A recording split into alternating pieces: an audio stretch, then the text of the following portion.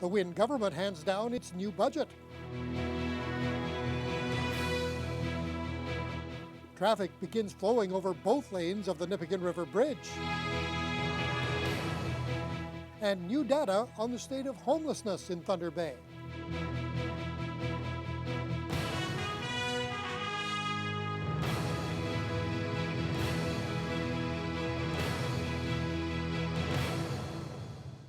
Good evening and thank you for being with us. Finance Minister Charles Sousa has delivered the new Ontario budget. It comes with a deficit that's expected to reach $5.7 billion. But Sousa says the deficit will fall to $4.6 billion in 2016-17 and will be reduced to zero the following year. With more from Queen's Park, here's Paul Bliss. The finance minister delivered a stunning first for Ontario: free tuition for college and university students from lower income families. It's a budget bombshell. Starting in the 2017-18 school year, tuition will be free for students with financial need from families with income of less than $50,000. More than 50% of students from families with income less than $83,000 will receive non-repayable grants in excess of average tuition. Many students have a tough time navigating through it, and many of those most vulnerable students don't access the system because they believe it's beyond their means. There are a number of surprises in this budget. Drive Clean becomes free of charge next year. The government will pay the $30 fee for the 2 million vehicles tested annually. The cost to government, $60 million. Taxes on cigarettes and wine going up, costing $3 more per carton of 200 smokes, and increasing tobacco taxes every year from now on, tied to the rate of inflation. The taxes on wine go up, an average of 10 cents a bottle. In healthcare, the government will pay for the shingles vaccine for seniors between 65 and 70 years of age, saving them $170 per shot. And starting in 2018, you'll be able to renew health cards online. Of course, we now know gasoline prices will increase 4.3 cents a liter, thanks to the new carbon taxes designed to fight climate change. Home heating bills, they'll go up $5 a month, but this budget says your hydro bill should come down $2 a month. CTV was first to break the news Ontario is going to give you money to pay for home retrofits to fight global warming. Now we have the numbers. Homeowners can get rebates of $1,000 to $2,500 to replace furnaces, windows, insulation, and water heaters. Even $75 for a new adaptive thermostat. Life is harder and more expensive under the Liberals, and life will continue to get more expensive for the people of Ontario. The Liberals chose to call their budget Jobs for Today and Tomorrow. What people are actually seeing is fewer jobs today and fewer jobs tomorrow. Ontario will spend $133.9 billion this year with a $4.3 billion deficit. The debt is now a staggering $308 billion. Interest on that debt will cost taxpayers $11.7 billion this year alone. Thank you, Mr. Speaker. Thank you very much. The minister says he is on course to balance the budget as promised by next year.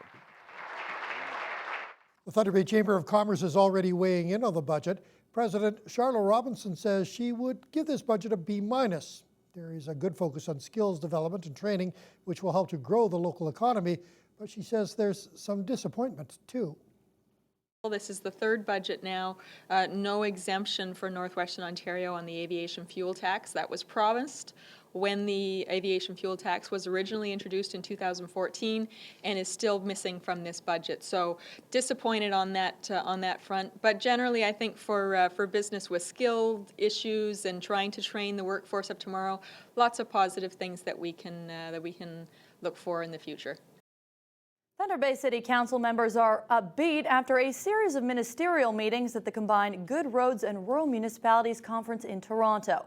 Councillors say they pushed for more provincial support for city-funded programs and continue to push for support for the proposed event and convention centre. Shally Lee explains. Some of the city's top politicians and staff sent a clear message at the combined Ogra-Roma meeting earlier this week. Thunder Bay can't continue funding healthcare initiatives like Shelter House's managed alcohol program, programs the city considers a provincial responsibility. We assigned $181,000 to Shelter House to run that kind of a program. And you are right, it's not fair. It's not fair. Well, it's not fair to our taxpayers. That's the issue. where is this happening in other jurisdictions? It's being supported. The city also emphasized its role in developing a mobile crisis response unit that would deploy mental health workers with police. While the Northwest LHIN has promised $30,000 in training funds, councillors say other regional LHINs fund the entire cost of similar programs. Every other jurisdiction in the province, and every other one, has their local LHINs supporting fully a permanent program for this crisis response team. Meanwhile, the mayor says they drove the message home about the dire homelessness situation in Thunder Bay. We lost 17 people that were clients of Shelter House last year. And when you put that into perspective compared to Toronto lost 29. And we said to all the ministers that there's something very wrong with that picture. City reps also made their case for the proposed event center. Priced at $114 million, Intergovernmental Affairs Chair Joe Verderamo says the event center is still the city's top priority. However, Verderamo says the city's goal of reaching a third municipal, a third provincial, and a third federal funding hasn't changed. We've always said that the event center will be done when the feds and the province come to the table with the finances required for that. Now, other issues the city continued to press the province on include reform of non-urgent medical transportation, continued support for mining exploration, and a replacement for the aging district jail. Shaoli Lee, TBT News. Nearly 2 months after a bridge failure cut the country's Trans-Canada Highway in half, both lanes of the new Nipigon River Bridge are now open. The repair work has caused some significant delays for travelers and the project itself. But with a temporary fix now in place, officials are ready to move forward with building the second half of the bridge. Sheldon Rogers has more. The stoplights have been taken down and traffic on Highway 1117 is flowing freely once again. I'm extremely pleased to announce that the Nipigon River Bridge has reopened as of 10 o'clock this morning, Speaker. After a month and a half of planning and construction, the temporary hold-down support system was put into place last weekend, and both lanes of the bridge are now safe to drive on. With the extra work, plans to start building the second half of the bridge have been delayed by 6 weeks, and officials are excited to move on. This is a big step, and it's important to get the traffic back on the bridge in normal flowing conditions. So now we can focus on moving forward on the project. Now, it's unknown exactly how long the temporary fixes will be in place, but in the meantime, officials are still waiting on word as to what caused the bridge to heave originally, and it seems like it may be a while yet before they find that out. Well, we have 2 testing facilities right now which are looking at the bolts that failed. So they'll be they're working on that right now. Hopefully in the next 3 to 4 weeks they'll have all their testings completed and the findings available. It's unknown as to how much the bridge failure will cost the province in the long run. Bott Construction was forced to hire an additional 10 workers for the job, and now the company is ready to start the second half of the project. We're going ahead right as planned before the bridge lifted up, so demolition's starting next week, and we're going to carry on with the schedule as was planned.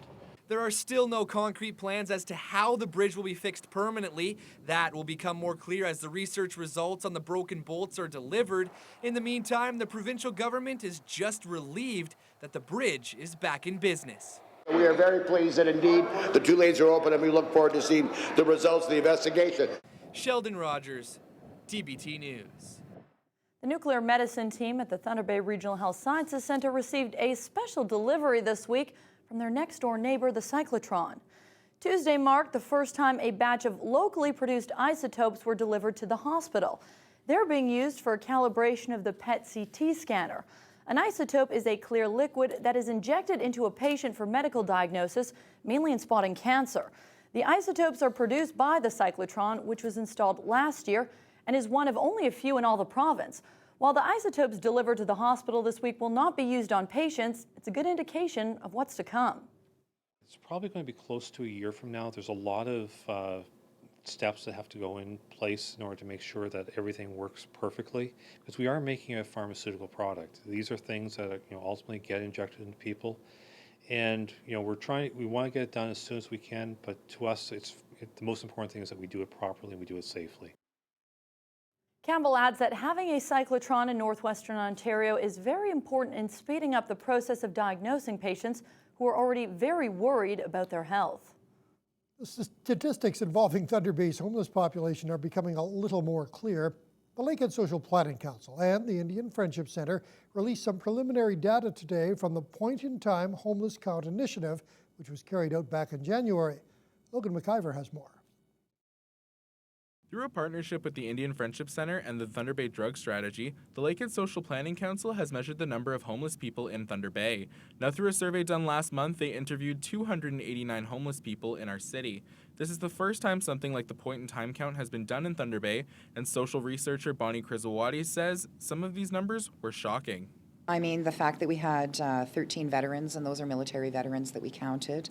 The fact that we counted 213 Aboriginal people that were homeless, as compared to the percentage of Aboriginal people in our general population in Thunder Bay, there's a real disparity there.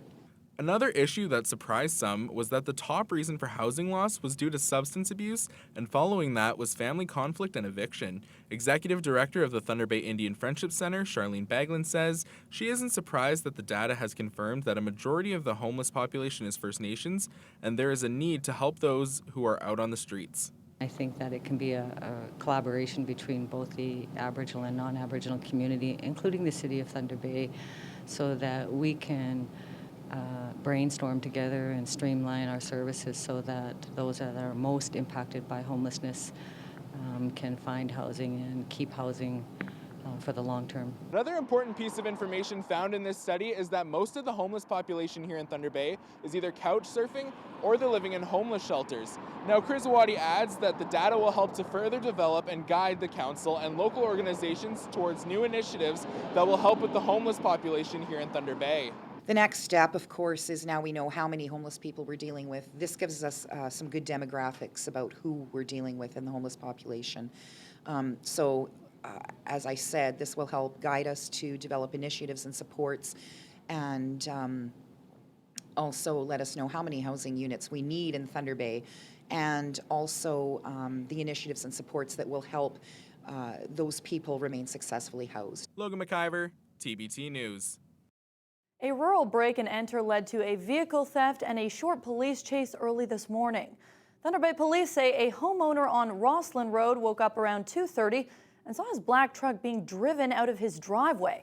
A patrol car spotted the stolen vehicle on Maple Ward Road and began pursuit, joined by other cruisers. The driver of the stolen vehicle accelerated and began disobeying traffic signs, so the pursuit was called off for safety reasons. The vehicle was found left in a driveway on Linwood Crescent. Police are now looking for the suspect. Police say it was a male driver described as tall and thin. Anyone with information is asked to contact City Police. And Thunder Bay police are asking for the public's help in locating a missing teen. 13-year-old Neil Gunner was last seen around 9 Tuesday evening when he left a relative's home on South Archibald Street. Neil is described as being 5'2" with a medium build and black hair. He may be wearing a black hoodie, jeans, and black Nike runners. Anyone with information on the whereabouts of 13-year-old Neil Gunner is asked to contact Thunder Bay Police. City of Thunder Bay staff, counselors, and outside consultants met with citizens last night to learn about how the city could improve its recreation services. The city is currently drafting a new recreation master plan and is hoping to get feedback from residents on what they would like to see. The new master plan would guide the city's recreation direction for the next 15 years. Just over 24 people came out to hear a presentation from the city on the planning process and offer their own thoughts. Consultants with the city say the best ideas usually come from the public in forums like this one. It's not for consultants to come in and provide outside solutions. It's about, a process of bringing these ideas which exist to the fore and then seeing how they can be implemented over time. The tennis center is looking to work with the city in building a multi-purpose racket sport facility at Chapels Park. So we can have year-round tennis as well as have other sports possibly like squash, badminton, pickleball for seniors, and possibly ping pong. This is just the first of 3 open houses on the Recreation Master Plan. In addition, residents can also offer their opinion online on the City of Thunder Bay website. Today was a very special day for 34 immigrants from 9 different countries who are now living here in the Northwest. Officials with Immigration, Refugees and Citizenship Canada hosted a ceremony at Confederation College to welcome the new citizens. Kelly Botello reports. It's a day these people will never forget. In front of officials, 34 of them became Canadian citizens. Their journeys to Canada are all very different, but regardless of their route, they have all chosen Canada as their home and would now like to call themselves Canadians. For Gia Nilius and her little boy, today was a very exciting day. Oh, I'm very proud and very happy to be like a new Canadian. Nilius has been living in Canada for 9 years now. She came from the Philippines to pursue work opportunities. The process leading up to this day has been a long one, but she says it was worth the wait. I started for living caregiver for 2 years, and then I got my open permit, and now I got my Canadian citizen status. One of these new Canadians hasn't come from that far. Coming from Washington State, Shawnee Pahalchuk has been living in Canada for 16 years now. She married a Canadian and has 5 Canadian children. After today, she doesn't feel so much like an outsider in her own home. So now I'm officially part of the family because we're all Canadians, and I'm so excited. After the oath was recited, the new Canadians were called to receive their Canadian Citizen Certificate. Family members snapped pictures of their loved ones on this special occasion. For Pahalchuk, this day has been an emotional roller coaster. A lot of my emotions have been the last few days because my family's actually out of town right now, and so they're not here. So I've had a lot of tears, but today I just have an adrenaline rush, and I'm so excited. After proudly singing "O Canada" for the first time as Canadian citizens, these 34 people who have already contributed so much to our country can continue to do so, now feeling more a part of it than ever. Kelly Botello, TBT News. A young Thunder Bay woman is getting ready to make her reality TV debut next week. 19-year-old Paige Dostransky has been selected as a contestant on Big Brother Canada. I'm so excited to be on this show. The show features 16 strangers put in a house together for 2 months, competing in challenges with no contact with the outside world. The vet tech assistant says she thinks her friendly personality will make others think she is not a threat. But she says she is willing to lie and backstab to win the $100,000 grand prize. Dostransky says she's been a fan of Big Brother since she was 10 years old. So for her 19th birthday, she asked her parents to fly her to Winnipeg for the open casting call. I think I stood out during the casting process and was chosen to be on the show because I love the show so much. I don't think they could overlook how excited and how much enthusiasm I had. And I also wanted to represent Northwestern Ontario, so I think that was something cool that hasn't been represented yet. The first episode airs on March 2nd, and you can follow Dostransky's adventures 3 nights a week on our global station. And best of luck to her. Turning to weather now, sort of a lucky day weather-wise, except for the northwest winds that we had. Made it seem a lot chillier than it actually was. Yeah, well, I noticed a lot of people were commenting that it seemed pretty cold, but actually we topped out with a high of -2. Unfortunately, because the winds at times were gusting up to 45 kilometers per hour, it felt closer to anywhere from -8 to about -16 throughout the day. But the sunshine was absolutely gorgeous. We've got some clouds moving in from the south. So Fort Frances under mainly cloudy skies, -5. Red Lake currently at -3 with a fair amount of sunshine. And then temperatures hovering in that range pretty much across the board. As we head further eastward to Greenstone, they too are seeing a lot of sun at this hour at -8, -5 in Marathon and Sault Ste. Marie under mostly cloudy conditions. And then tonight, we're looking at another fairly mild overnight low of -12. Unfortunately, because of that continuing gusty wind, at times up to 25 kilometers per hour,